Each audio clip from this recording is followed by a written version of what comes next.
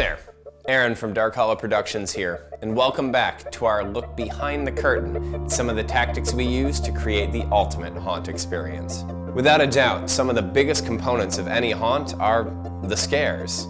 Unfortunately, long gone are the days when throwing on some fake blood, a bed sheet, and yelling boo could cut it. Today's guests expect a little bit more from their haunt experience, with major haunted attractions shelling out millions every year for the latest animatronics and haunt technology to keep themselves on the cutting edge. Now, while we may not have millions to spend, we here at Dark Hollow Productions really want our guests to feel like they've been plucked out of reality and dropped into their very own horror movie. And we've been able to utilize some pretty cool technology to help those nightmares come true. A good scare can evoke any number of reactions from a guest, from sudden startling Oh my God. to creating a feeling of unease,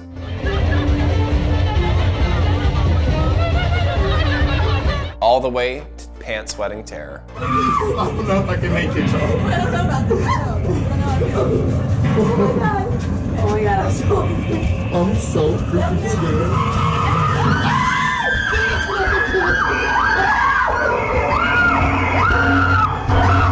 No matter what the tactic, however, a good scare should always serve to help support the plot and even move the story forward. For that very reason, we frequently utilize customized, triggered scares. Now, obviously, we'd be nowhere without our talented actors, but triggered scares allow us to pre-program accompanying lights, sounds, and tons of additional special effects that all help to enhance our actors' performance. We view them as springboards that an actor can use without them pulling too much focus away from their performance.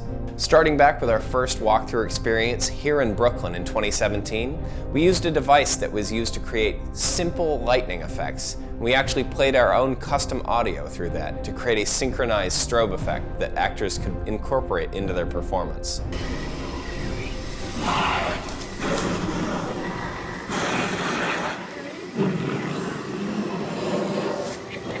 By the next year, we had made some significant upgrades in our scare arsenal and started experimenting with Peekaboo Prop controllers by Fright Props. Hashtag not sponsored, hashtag please sponsor us. With the Peekaboo Prop controllers, we can upload our own custom audio and sound effects, program effects sequences to accompany them, and most importantly, we can use any number of different trigger options. We've used these controllers to integrate everything from strobe lights to electric motors, air and water blasts, and electronic actuators into our scare sequences. In 2019, we even dipped our toes into custom triggered video projections, which we combined with a magnetic lock to create the effect of shattering stained glass. As far as trigger options go, we usually prefer the hands-free foot pedal method to free up our actors as much as possible. But we've also used hand triggers, push buttons, motion sensors, touch capacitors, and even other peekaboos. By far, our favorite aspect of using triggered scares, however, is the ability for us to incorporate customized audio tracks into our haunt. Now, as we mentioned, our main goal is to make guests feel as if they have been transported into their very own live-action horror movie. And what better way to sell that than by accompanying each scare with a musical sting, just like in a horror movie. With the help of our resident audio expert, Matt, we custom create and mix all of the music, scare sounds, and audio tracks that we use in the haunt. We use a combination of existing sound files and our own recorded Foley clips to create our scare sounds. Matt has even custom composed entire scores to accompany our past haunts. Oftentimes, we listen to a clip dozens of times in a row just to ensure that we get the timing perfect for our actors to work along with, only to have it change entirely once we see guest reaction.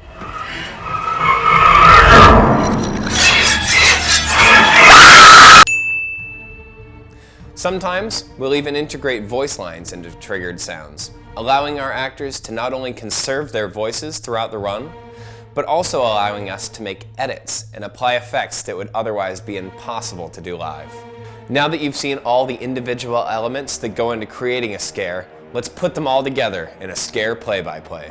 For our 2018 haunt, Butcher's Block, we really wanted the first scene to play out just like a gory midnight slasher film, complete with misdirection and a musical build-up to the grand reveal of the Butcher himself. To open the scene, guests entered into what was supposed to be the Butcher's Block Museum, complete with displays and info cards, led by their intrepid docent. Playing in the background, we had a low, droning soundtrack that not only helped create an atmosphere of foreboding, but also laid the groundwork for the build-up down the line. After a bit of misdirection with the smokestack, a hand trigger was used to start phase 1 of the scare. The meat grinder would kick to life behind the guests with a terrible mechanical grinding noise and the soft, squishy sounds of flesh being shredded.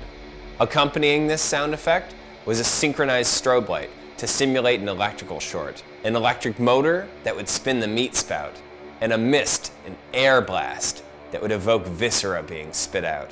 So sorry. I got what's going on? After this initial scare, however, we kept the scene going, having added a new layer of percussion to the soundtrack. When combined with the subtly looping drone sound, it gave the impression of an entirely new, more urgent track. After another bit of misdirection from a bloody victim, it was finally time for Billy to make his entrance.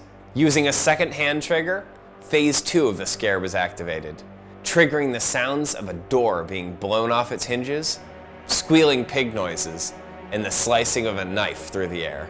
All sounds that you can find at my last family reunion. Another floodlight was synced up with the sounds of the scare, further enhancing the effect.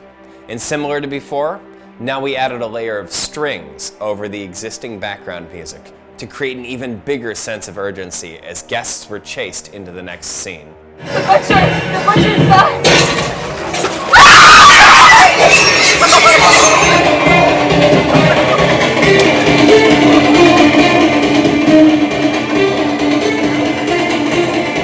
After they had exited, the scene would reset, and things would be ready for the next group of victims. Guests. We are always continuing to add to our arsenal of tricks, and last year was no exception. We finally were able to delve into the world of DMX lighting.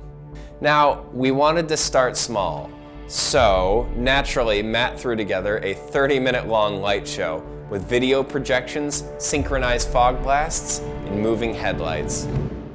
DMX lights are really cool because they allow us to program longer, more complex sequences with other show elements we may already have in place. By chaining multiple fixtures together, we can really wash out an entire area or create some pretty cool sweeping effects with the moving headlights.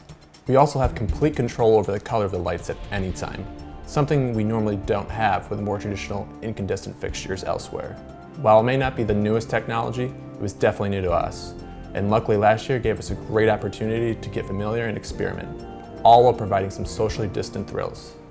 Without spoiling too much, this year we'll be integrating more complex video projection and playback than ever, coupled with running water, fog blasts, and even smells to help bring all the senses into the experience. We can't wait to show off a bit more as we get closer to the event. Remember to like and follow us on social media to catch when our next episode is going to be released. And remember, stay out of the woods.